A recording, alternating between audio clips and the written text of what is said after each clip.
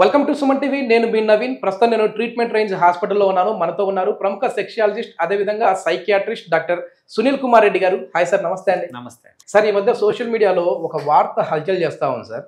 నిజంగా అది అసలు నిజమేనా అన్నంతగా ట్రెండింగ్ లో ఉంది. సో అంగం సైజును పెంచే విధంగా ఎట్లాంటి సైడ్ ఎఫెక్ట్స్ లేకుండా ఒక షాక్ వేవ్ థెరపీ అనేది చక్కర్లు కొడతా ఉంది. సో మీ వీడియో కూడా ఒకటి చూసాను నేను. సో అసలు ఈ షాక్ వేవ్ థెరపీ అంటే ఏంటి? నిజంగానే అంగం సైజును పెంచే విధంగా ఈ ట్రీట్మెంట్ ఉంటుందా అండి? యాక్చువల్లీ అంగం సైజ్ గురించి మాట్లాడితే బేసికలీ అంగము ఎరెక్ట్ అయినప్పుడు, అంగంలోనికి రక్త ప్రసరణ జరిగినప్పుడు అంగం పెద్దదవడం అనేది జరుగుతుంది. సో దానికి ముందు ఎలా ఉంటుంది? ఫ్లాసిడ్ స్టేజ్లో సుప్తావస్థలో ఉంటుంది. సుప్తావస్థలో ఉన్నప్పుడు ఒక సైజు, అంగం స్తంభించినప్పుడు ఒక సైజు ఉంటుంది. బేసికలీ మనము ఇప్పుడు షాక్ వేవ్ థెరపీ అంటున్నాం కదా. ఈ షాక్ వేవ్ ఏం చేస్తుంది అంటే అంగానికి రక్త ప్రసరణ అనేది ఇంక్రీజ్ చేస్తుంది. సో సైన్స్ ప్రకారం ఎప్పుడైతే అంగానికి రక్త ప్రసరణ పెరుగుతుందో బేసిక్గా సైజ్ ఇంప్రూవ్మెంట్ అనేది జరుగుతుంది. అంతేగాని ఇది మనము మెడికేషన్ ఇండ్యూస్డ్ అంటే ఒక ఇంజెక్షన్ ఇవ్వటము, లేకపోతే ఒక టాబ్లెట్ ఇవ్వటము, ఆపరేషన్ చేసి సైజ్ పెంచడం కాదు. న్యాచురల్ వేగానే ఇంప్రూవ్ అయ్యేది. ఓకే. సో ఎప్పుడైతే మనం న్యాచురల్గా ఇంప్రూవ్ అవుతుంది అంటామో బేసికలీ మనం ఎక్కువ సైజ్ పెరిగిపోతుంది అనే దాంతో వస్తూ ఉంటారు. సో నేను క్లారిటీ ఇవ్వడం ఏంటి అంటే ఇదేదో పెద్దది అయిపోతుంది, అంగం సైజు ఇంప్రెసివ్గా తయారవుతుంది అనేది కాదు. అతనికి ఏదైతే సైజు ఉంటుందో మాక్సిమం సైజ్ వరకు ఇది తీసుకురాగలదు. Okay okay. అంటే వితౌట్ సైడ్ ఎఫెక్ట్స్. నేను ఇప్పుడు అన్నాను కదా, ఇన్వేసివ్ టెక్నిక్స్ లేకుండా, అంటే మనం ఇంజెక్షన్ ఇవ్వటము, కెమికల్ ఇంజెక్షన్ ఆఫ్ ఇవ్వకుండా మనం న్యాచురల్ వేగా బ్లడ్ సప్లై ఇంప్రవైజ్ చేసి అతనికి ఉండవలసిన, అంటే ఇప్పుడు కొంతమంది ముందు బాగుంటుంది, తర్వాత ఏంటంటే సుప్తావస్థలోకి వచ్చేటప్పుడు ఫ్లాసిడ్ స్టేట్ లో తగ్గిపోతుంది, బ్లడ్ ఫ్లో అనేది సరిగా లేకపోవడం వల్ల.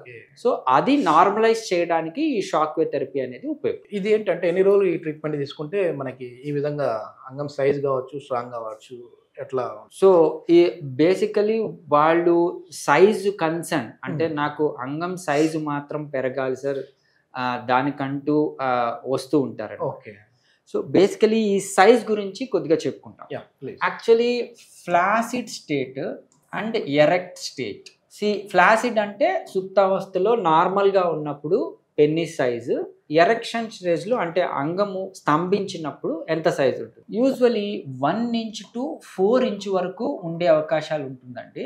అది డిపెండ్స్ ఆన్ రేస్ కావచ్చు, వాళ్ళ ఎదిగిన వాతావరణం కావచ్చు, కల్చర్ కావచ్చు, వాళ్ళ రెగ్యులర్ యాక్టివిటీస్ కావచ్చు, దాన్ని బట్టి ఫ్లాసిడ్ స్టేజ్ లో 1 to 4 ఇంచెస్ వరకు స్తంభించక ముందు.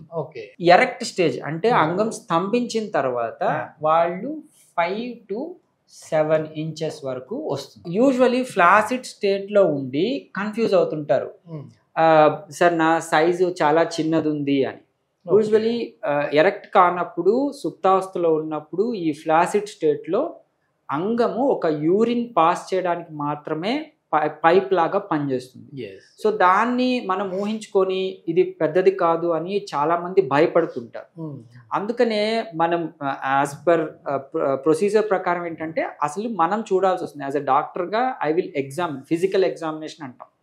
ఫిజికల్ ఎగ్జామినేషన్లో అంగాన్ని పరీక్షించినప్పుడు అది నిజంగానే చాలా, అంటే మేము కంపేర్ ఆబ్వియస్లీ ఈ సైజ్ అని కాదు, యూజువలీ అడల్ట్ స్టేజ్లో ఎంత ఉంటుంది, చిన్న పిల్లల్లో ఎంత ఉంటుంది అని కొన్ని సైజెస్ ఉంటాయి. దాన్ని బట్టి మనం పరీక్షిస్తాం. వాళ్ళు మనకు నిజంగా చిన్నది అనిపిస్తే మనం అప్పుడే చెప్తాం కొద్దిగా చిన్నదే ఉంది అంటే దీనికి షాక్ వేవ్ థెరపీ ఈజీగా. ఏజ్ వాళ్ళకి కరెక్ట్ సార్, ఇది సూటబుల్ ఏజ్ నుంచి ఏజ్ వాళ్ళు చేయించుకోవచ్చు. ఈ షాక్ వేవ్ థెరపీ మనం పెట్టిన షాక్ అంటే భయం లేకుండా షాక్ ఉండదు, పిల్లల్లో కూడా ఉంటుంది, కానీ నేను ప్రిఫర్ చేయను. యూజువలీ ఆఫ్టర్ 18 తర్వాతే ఇఫ్ దే ఆర్ సెక్షువల్లీ యాక్టివ్గా ఉన్నప్పుడు మాత్రమే, సెకండరీ క్యారెక్టర్స్ వచ్చిన తర్వాత మాత్రమే నేను దీన్ని ప్రిఫర్ చేస్తాను. ఓకే. సో ఆఫ్టర్ 18 తర్వాత ఇది సేఫ్ ఉంటుంది.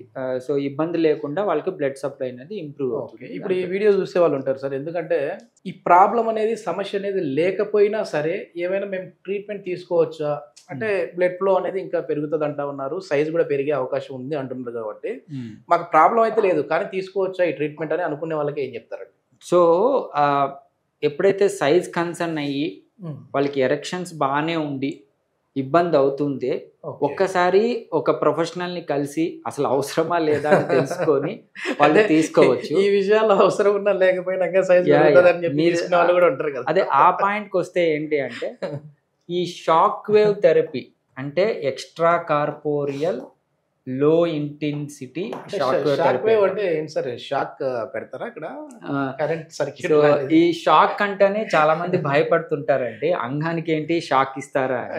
బేసికలీ ఇది షాక్ అనేది మిస్నోమర్, షాక్ కాదు, యాక్చువల్లీ సౌండ్ వేవ్స్ తో అంగాన్ని స్టిమ్యులేట్ చేస్తాము. వైబ్రేషన్స్ కైండ్ ఆఫ్ ఉంటుంది దాంతో, సౌండ్ వేవ్స్ తో మనము.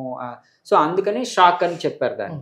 బేసికలీ మీరు అన్నారు కదా అవసరం ఉన్నా లేకపోయినా అని, it's a kind of massaging. అంటే మీకు అర్థమయ్యేటట్టు నేను చెప్పడానికి ఒక మసాజింగ్ టెక్నిక్ లాగా అనొచ్చు. సో మసాజింగ్ తీసుకోవడంలో తప్పు లేదు, బట్ మరీ ఎర్లీ ఏజ్ లో పిల్లోడిని ఇబ్బంది పెట్టకుండా వాళ్ళు సెక్షువల్లీ యాక్టివ్ అయినప్పుడు ఇది తీసుకోవడంలో తప్పు లేదు. సార్ కొన్ని అపోహలు అయితే ఉన్నాయి, అట్లాంటి సెన్సిటివ్ ప్లేస్ లో మీరు ఇట్లాంటి వైబ్రేషన్స్ అంటే షాక్ అనేది పక్కన పెట్టండి, వైబ్రేషన్స్ ఇవ్వడం వల్ల అక్కడ ఉన్న నర్వ్స్ ఏమైనా డ్యామేజ్ అయ్యే అవకాశం ఉంటుంది. అదేవిధంగా మళ్ళీ వాళ్ళకి ఒకవేళ శృంగారంలో పాల్గొనే సమయానికి మళ్ళీ ఆ వైబ్రేషన్స్ వస్తే గానీ అంగం స్తంభించదు అని చెప్పి కొన్ని అపోహలు ఉన్నాయి, దానికి ఏం చెప్తారండి? మంచి క్వశ్చన్ అండి. బేసికలీ షాక్ వేవ్ వల్ల నరాల బలహీనత వస్తుందా అనేది మీ డౌట్ కదా. సో బేసికలీ పెన్నిస్కి సప్లై చేసే నర్వ్స్ ఉంటాయి. ఈ నర్వ్స్ ఇది ఫ్లాసిడ్గా ఉంటుంది కదా, మామూలు సుప్తావస్థలో ఉన్నప్పుడు చాలా మెత్తగా ఉంటుంది కదా. ఈ నర్వ్స్ లోపల ఉంటాయి, చాలా సెన్సిటివ్ ఉంటాయి. ఇది అంగం మొత్తము సప్లై చేసే నర్వ్స్. కానీ మన ఈ షాక్ ఏం చేస్తుంది అంటే నరాల మీద కాదు ఎఫెక్ట్ ఇచ్చేది, బేసికలీ బ్లడ్ వెజల్స్ మీద ఇస్తాయి. ఏదైతే రక్తనాళాలు ఉంటాయో దాని మీద సెన్సిటివ్నెస్ పెరిగి ఇంకా బ్రాంచెస్ పెరిగి రక్త సప్లై చేసేటట్టు పెంచుతాయి. సో ఈ షాక్ వేవ్ థెరపీ వల్ల నరాల బలహీనత రాదు. Actually in fact blood supply improvise చేసి అంగస్తంభన ప్రాబ్లమ్ని కరెక్ట్ చేస్తుంది. ఓకే, ఇప్పుడు బయట మార్కెట్లో దొరికే వైబ్రేటర్స్ ఉంటాయి కదా, దానికి ఈ షాక్ వేవ్ థెరపీకి ఉన్న డిఫరెన్స్ ఏంటి సార్? సో వైబ్రేటర్స్ ఏంటి అంటే టిపికలీ ఇది వైబ్రేట్ అవుతూ ఉంటుంది, దీనికి వైబ్రేషన్స్ ఇస్తుంది. ఈ న్యూమాటిక్ షాక్ వేవ్ ఏంటి అంటే దీంట్లో ఒక బుల్లెట్ పైకి కిందకి వచ్చి దీన్ని షాక్స్ కి గురి చేస్తుంది.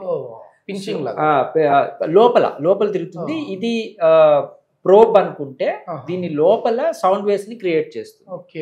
సో ఇది యాక్చువల్లీ ఇక్కడ నుంచి ఏంటంటే సౌండ్స్ వచ్చి దీని మీద పడతా ఉంటాయి. సో దీంట్లో చిన్న ట్రామా, పెన్నిస్ లో ట్రామాని కలెక్ట్ చేసి దాంట్లో బ్లడ్ సప్లైని ఇంప్రవైజ్ చేసే టెక్నిక్. ఈ టెక్నిక్ నియోవాస్కులరైజేషన్ అంటాం. సో నియోవాస్కులరైజేషన్ అంటే కొత్త రక్తనాళాలు అంగంలో కలిగి రక్త ప్రసరణని ఇంప్రూవ్ చేసే టెక్నిక్. ఓకే, ఇది ఎన్ని రోజులు తీసుకోవాలి సార్? ఇది సో ఇట్స్ డిపెండ్స్, ఇది డిపెండ్స్. యూజువలీ సెషన్స్ అంటే ఒక షాక్ వేవ్తో మనకు సూపర్ ఇంప్రూవ్మెంట్ అనేది మనకు తెలియదు. బట్ చిన్నగా ఏంటి అంటే ఇది weekly sessions, weekly twice sessions ఉంటాయి. సో ఇలాగా మనము 8 to 12 సెషన్స్ మనం ఇస్తాం. సో డిపెండ్స్ ఆన్ ట్రీట్మెంట్ జరిగే సమయంలోనే ఒకవేళ ఏదైనా శృంగారంలో పాల్గొనాలి అంటే వాళ్ళ పార్ట్నర్తో పాల్గొనవచ్చు, లేదంటే ట్రీట్మెంట్ అంతా ఈ 12 సిట్టింగ్స్ అయిన తర్వాత మాత్రమే పార్టిసిపేట్ చేసే విధంగా? లేదండి, బేసికలీ డ్యూరింగ్ ప్రొసీజర్ కూడా I encourage to go for a sex. అంటే ఈ సెక్షువల్ యాక్టివిటీ ఉంటేనే అతనికి ఇంప్రూవ్మెంట్ అనేది తెలుస్తుంది. మళ్ళీ అన్ని సెషన్స్ అయిన తర్వాత అంటే ఆబ్స్టినెన్స్ అంటాం, అంటే సెక్షువల్ ఆబ్స్టినెన్స్. ఈ సెక్షువల్ ఆబ్స్టినెన్స్ అనేది లేదు షాక్ వేవ్ థెరపీలో. Okay okay. So during shock wave therapy మనం ఆ ప్రొసీజర్లో ఉన్నప్పుడు కూడా వాళ్ళు శృంగారానికి ఏమీ దూరంగా ఉండాల్సిన లేదు. ఎస్, ఇది మొత్తానికి కన్క్లూజన్ అయితే ఇదేదో అంగం సైజ్ పెరిగిపోతుంది అని అంటే ఓకే ఉన్న పలానా మరి పెద్దగా అయిపోతుందని కాదు, మనకున్న సైజ్ని యాక్టివ్ చేసేస్తుంది. అంటే అక్కడ ఉన్న రక్తనాళాలని కొంచెం యాక్టివ్ చేసేసి బ్లడ్ ఫ్లో వెళ్ళడం వల్ల మనకి స్ట్రాంగ్గా ఉన్నట్టుగా పెద్దగా అయినట్టుగా కనపడుతుంది. Yes. Okay, thank you sir. Right, thank you.